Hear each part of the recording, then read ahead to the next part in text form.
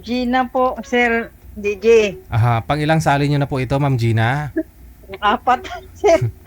Pang-apat, yung una nyo pong nakausap, pangalawa at pangatlo, kamusta naman?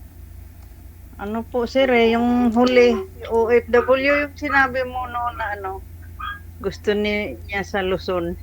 Ako Aha, yon. taga Luzon po kayo? Opo, sa Muntinlupa. So, hindi pumasa ang una at pangalawa. Yung pangatlo, okay naman po sana sa'yo. Opo, Naging, 5 buwan kami po. naging kayo puta ng 5 buwan. Oo, tapos bago ko lang hiniwalayan kasi po Ba, ba- online siya sa iba, tapos sa messenger ko hindi. ano po? Ano po? Online po siya sa ibang sa messenger ko hindi, nakikita ko eh. Online sa ibang... Oh, tapos sa messenger ko hindi, parang ni-restrict ako. Paano ho nyo nalaman na online siya sa iba? Kasi yung ate ko, ganun, Ah, friend sila eh. friend sila. Tapos Oo. online po siya doon. Tapos ikaw, Oo. pag tiningnan mo, hindi... Ayaw niya aminin, Sir DJ. Oh, bakit po naging kayo? Tapos ano po yung usapan ninyo? Sana. Okay naman, kaso walang minsan pag mag-chat ako, matagal mag-reply. Mhm. Saang bansa, Sabihin ko, saang bansa po good, ba yun? sa po, Saudi. Good Aha. evening po, tapos sabihin niya na wala siyang nire-reply, tapos good morning ako, ganun din. Walang reply, ano yun? Hindi, Wala siyang baka busy lang. hindi ko po alam. Oh, so kung na-restrict po kayo, bakit to nakausap niyo pa po siya? Anong nangyari? Saan po kayo nag-usap? Ayun, yung kasi giblock ko na talaga siya eh. Mhm. Buti sila ng ate ko, mag-friend ba? Mhm. Okay. Ayun. So sa ngayon, nakikipaghiwalay ka na po sa kanya. Oo, kasi sir hindi siya updated, walang reply yung ganun ba. Gusto ko Mhm. kasi yung updated eh. Mm. Yung laging Bakit lalo lang na gabi. PM niyo, Lalo na gabi. PM niyo po dito sa amin, gusto mo pa rin OFW, hindi ka nadala. Oh, kahit na lang po, sir. Bakit ho mas gusto mo niyo po yung OFW? Saang bansa po ang gusto mo? Kahit saan po. Aha. Ilang taon ka na po, ma'am? 57. So malapit na rin po pala, no? Malapit na mag-senior. Ano po status? Hiwalay? Byuda? Hiwalay na po, 8 years na. Okay. Ilan po yung apo? Apo, anak? 3? Puro- Okay. So lahat may pamilya na rin po ngayon, mga anak mo. Bunso ko po ang wala pang pamilya na kasama ko sa bahay. Mhm. So anong opinion? Anong gusto? Pumayag po ba yung mga anak mo na mag-asawa ka? Oo, basta kasundo lang nila or mabait, okay naman.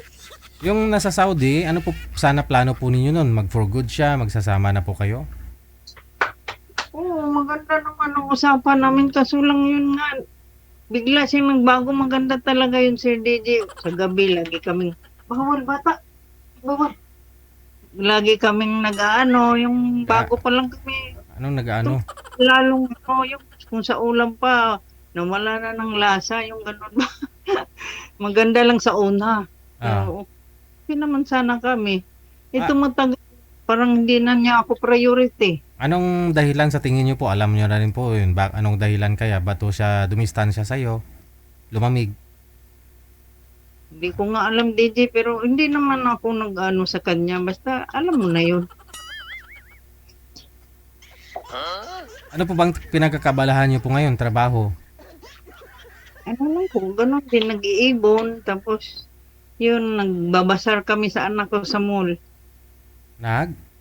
Nagbabasar sa mall. Okay. Kasama po yung anak ninyo. Opo. Mhm. So kung araw, busy rin po sana kayo. Ha? Doon po kayo sa mall pag araw. Hindi naman, pag may basar lang po. Pero yung pag-iibon ko, dito lang po sa bahay yun. Okay, sige. Hahanap ako kami, ma'am. Mas prefer nyo po kasi yung nasa abroad, no? Pero, malay mo, baka meron po dyan, no? Pwede mo makausap.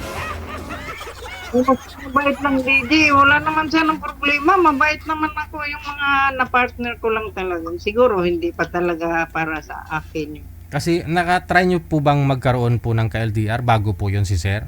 Na-try nyo na po ba? Hindi pa. Wala pa. September pa yun eh. Ayun lang. So, ibig sabihin, di po kayo aware, di nyo po pa alam kung anong dapat gagawin kapag LDR. Ano po, sir? Hindi nyo po alam yung diskarte para tumagal kayo pag may ka-LDR ka. Para hindi siya... First time. Dapat to kasi kung LDR po kayong dalawa, mag-video call kayo, yung tahimik na yung gabi. Siguro ibang ka-video ko. Huwag mo kayo mag-video call na ano, na may bata, may makulit, may isturbo. Wala. Ako lang.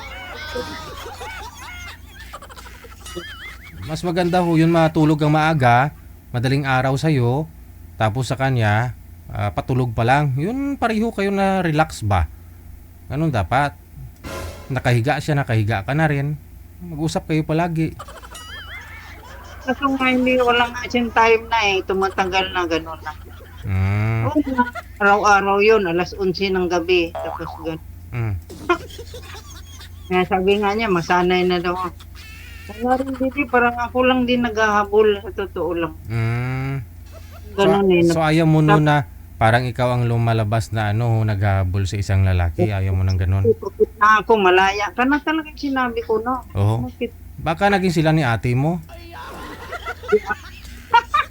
Wala na yung ate ko, nasa ibang bansa na yun.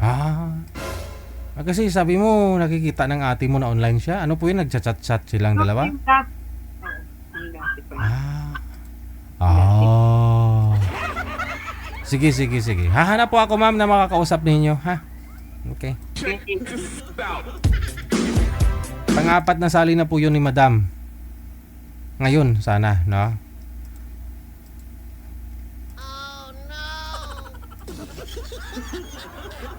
Baka meron po dyan nasa abroad.